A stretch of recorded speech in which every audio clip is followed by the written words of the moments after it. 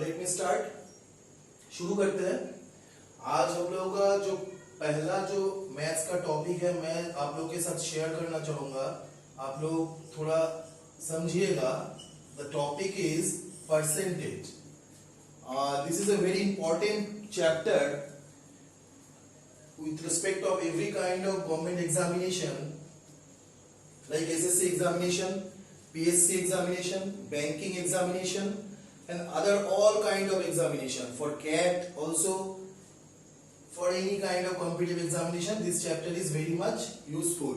और उसके बाद भी हम लोग जब DI का चक्कर में जाते हैं, DI जब आ जाता है हम लोगों के पास, तब जाके हम लोग ये परसेंटेज का जो यूजफुलनेस है वो समझ में आएगा। या अरिथमेटिक का इसके बाद जो भी चैप्टर आप करेंगे वहां पे जाके आपको परसेंटेज का यूज आपको मिलेगा ही मिलेगा। So this is the basic chapter. तो मैं अपना आपको आज यही चैप्टर के बारे में थोड़ा बता देता हूं। क्या है परसेंटेज का मतलब आपको समझना पड़ेगा। What is the meaning of percentage? At first see this is a word per and this is a word cent. पर हम लोग बोलते हैं speed is 30 kilometre per hour. पर मतलब क्या होता है? Out of. So I can say that this is out of, and this is saint. Saint मतलब होता है 100। तो मुझे निकालना है जो भी दिया गया है वो 100 के अंदर कितना है, मतलब आउट ऑफ 100 उसका वैल्यू क्या है। This is the main motive of this chapter, to find out what is the value out of 100. So look at the thing. This is also fraction, this is a numerator section and this is a denominator section। कुछ भी अगर percentage बोल रहा है तो वो obviously एक fraction है। ये आपको समझ लेना पड़ेगा क्योंकि वो 100 के अंदर कितना है वो तुम्हें पूछा जा रहा है। सो इसके लिए मुझे एक चीज याद रखना पड़ेगा, that is the thing, fraction percentage table. मतलब परसेंटेज को मैं फ्रैक्शन में कैसे लिख सकता हूं, परसेंटेज को मैं फ्रैक्शन में कैसे लिख सकता हूं। क्यों ये मुझे जानना जरूरी है? Because you know in every kind of competitive exam the time is very much limited। अगर मैं थोड़ा मैथ कर लेता हूं तो मुझे पता चलता है कि एक क्वेश्चन के लिए ना, कोई भी एसएससी टाइप का एग्जाम दे रहे हो, बैंकिंग दे रहे हो, you are allotted with 36 seconds only. This is a very small span of time. इसके अंदर एक मैथ को एक्यूरेसी देके टाइम एफिशिएंट होके आंसर देना बहुत मुश्किल है। इसीलिए मुझे जानना पड़ेगा शॉर्ट ट्रिक्स। कैसे शॉर्ट ट्रिक्स? जैसे कैसे मैं उस मैथ को एक्यूरेसी के साथ बहुत जल्दी जल्दी सॉल्व कर सकता हूं। This is the thing. So मुझे इसके लिए क्या जानना पड़ेगा? Fraction percentage table. So let's discuss about this important thing, fraction percentage table. क्या होता है fraction percentage table? Assume that 100% of any number, मतलब क्या होता है? वही नंबर होता है, मतलब तुम्हें क्या करना पड़ेगा? इंटू 1 करना पड़ेगा। फाइन। उसके बाद 100% इंटू 1 है, इसके बाद फ्रैक्शन को थोड़ा मैं ना 1/2 ऐसे 1/3 1/4 ऐसे याद करना पड़ेगा। कोई सी भी नंबर का 1/2 मतलब उस नंबर को मैं क्या किया? हाफ कर दिया, है कि नहीं? तो हाफ मतलब मुझे क्या मालूम है? वी नो दैट हाफ मतलब क्या होता है? 50%। यहां तक तो हम लोगों को सबको मालूम है। लेकिन अगर ये फ्रैक्शन का वैल्यू थोड़ा इंक्रीज होता जाए, जैसे नीचे का वैल्यू इंक्रीज मतलब क्या है? नीचे का जो डिनोमिनेटर है वो बढ़ता जाएगा। 1/2 के बाद क्या आ जाएगा? 1/3। 1/3 जो होता है वो होता है 33.33%, या इसको ऐसे भी लिख सकते हैं 33 1/3%। फाइन। सो इन दोनों का मतलब सेम ही है। अगर अभी तुम्हें कोई पूछ दिया कि 33.33% और 1/3% ऑफ समथिंग, और अगर तुम ऐसे सॉल्व करने गए कि 33.33/100 into that thing, so that will take at least 1 or 2 minutes and your answer will be 80% possibility that your answer will be wrong। So we will not go on that path। We will take like suppose 33.33% of 192। What I will do? I will not do like that 33.33/100 into 192.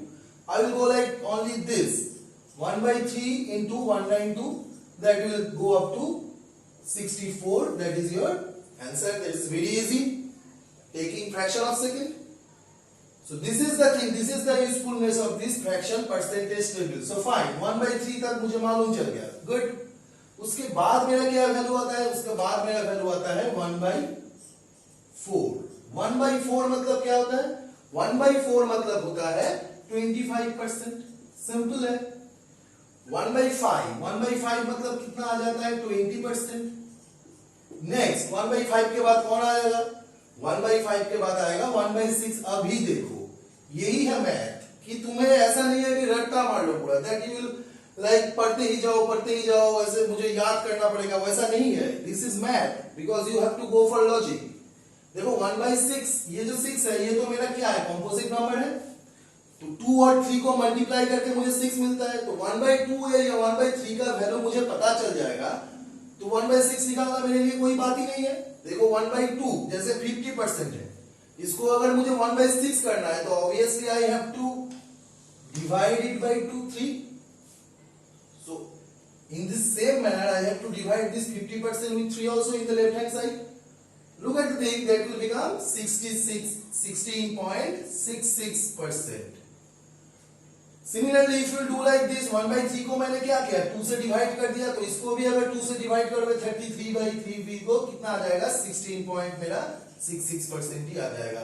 So this is the thing. ऐसा नहीं है कि तुम्हें पूरा याद करना पड़ेगा, थोड़ा समझो बात को, ठीक है. नेक्स्ट जो इतना आता है, मैं यहां तक लिखा.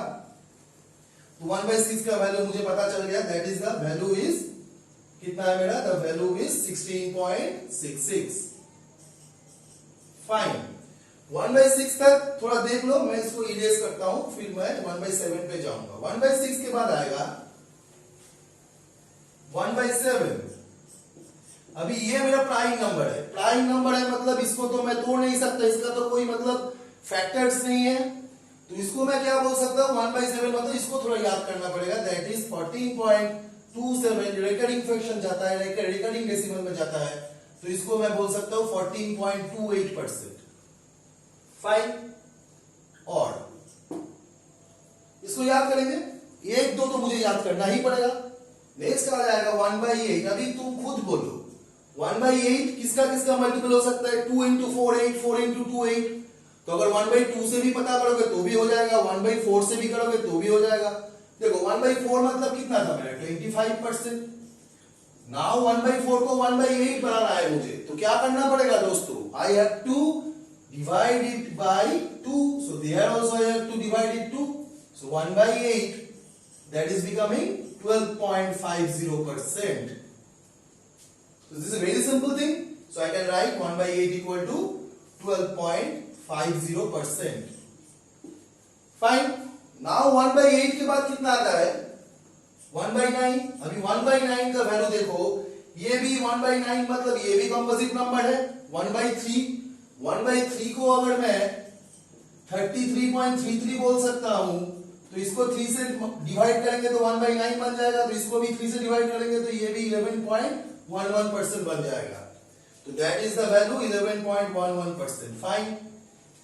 Very good. नाउ ऑब्वियस 1/10 आएगा. 1/10 का वैल्यू मुझे मालूम है, दैट इज 10%. फाइन.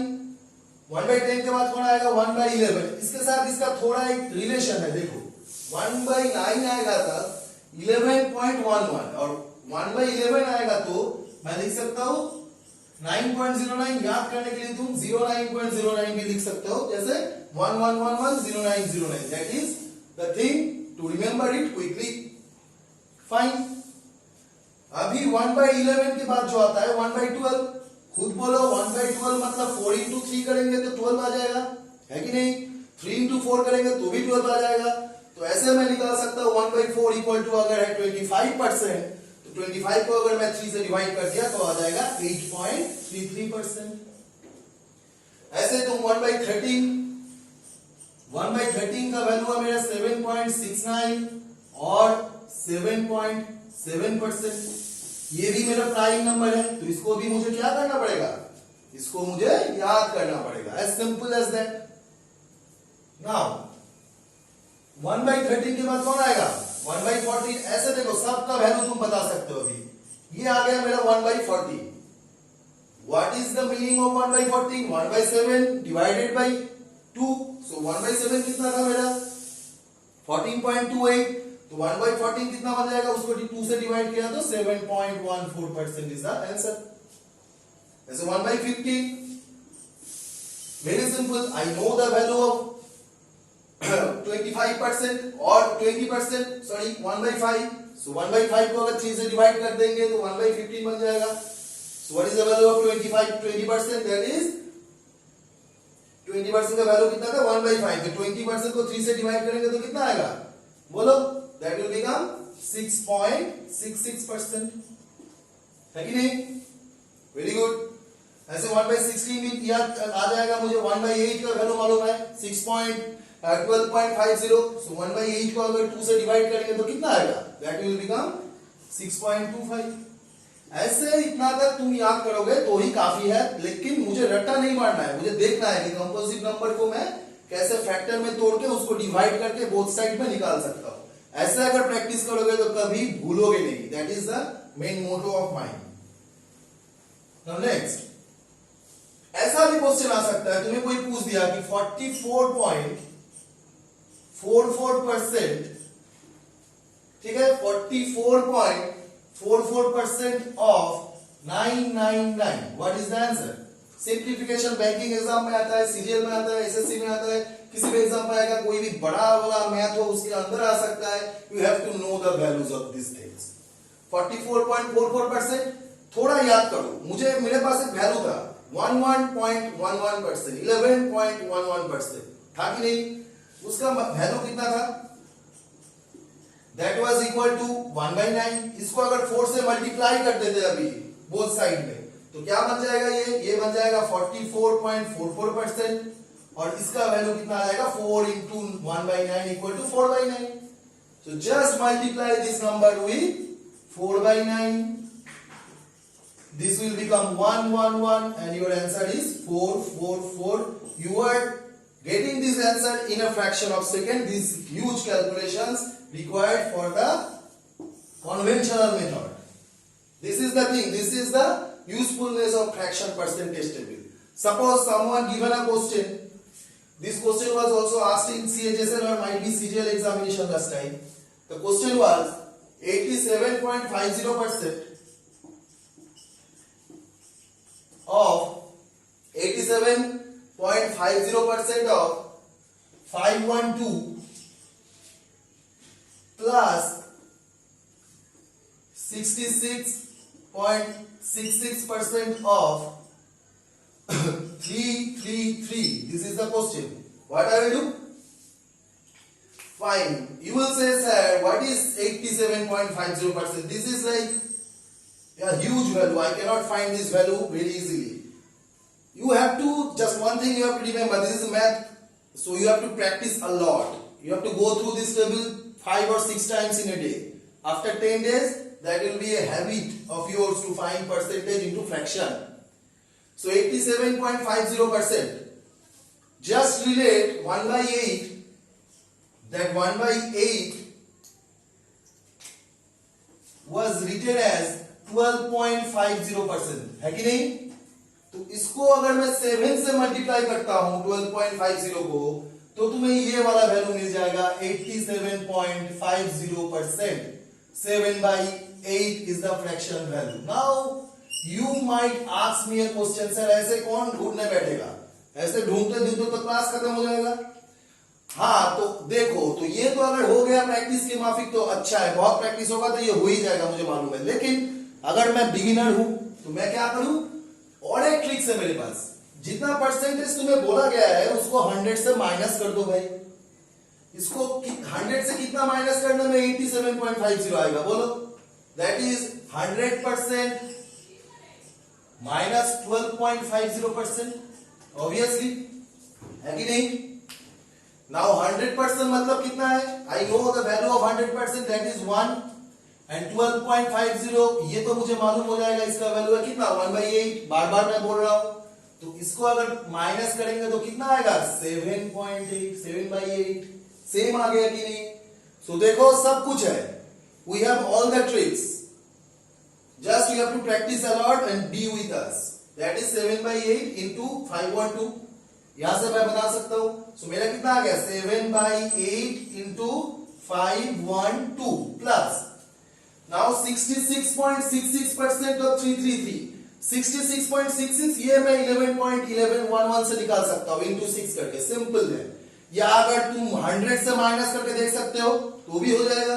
देखो 66.66 को मैं क्या लिख सकता हूं 100% माइनस 33.33% लिख सकता हूं कि नहीं। ऑब्वियसली 66 मतलब 6 7 तक जाएगा।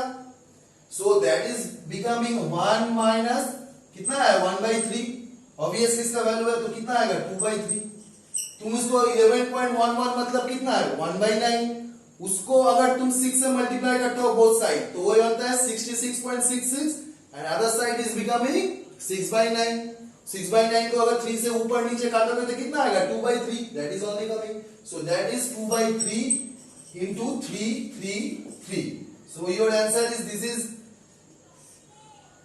6 and 4 64 into 7 and that is 112. So 2 2 2 111 into 2 2 2 2. After that you will be able to find this answer very quickly. That is not a long process. Fine. So this is our basic of percentage. इसके बाद इसका implementation बहुत सारा topic है percentage में। ये basic है, ये अगर नहीं जानोगे तो बाद वाला टॉपिक कभी समझ में नहीं आएगा, पूरा एरिथमेटिक ही नहीं है समझ में आएगा। This is the shortest thing to complete a math, any kind of math में इसका एप्लीकेशन तुम्हें मिलेगा। So this is the thing, this is percentage. Percentage के ऊपर हम लोग और भी जाएंगे। I hope you guys like this class and please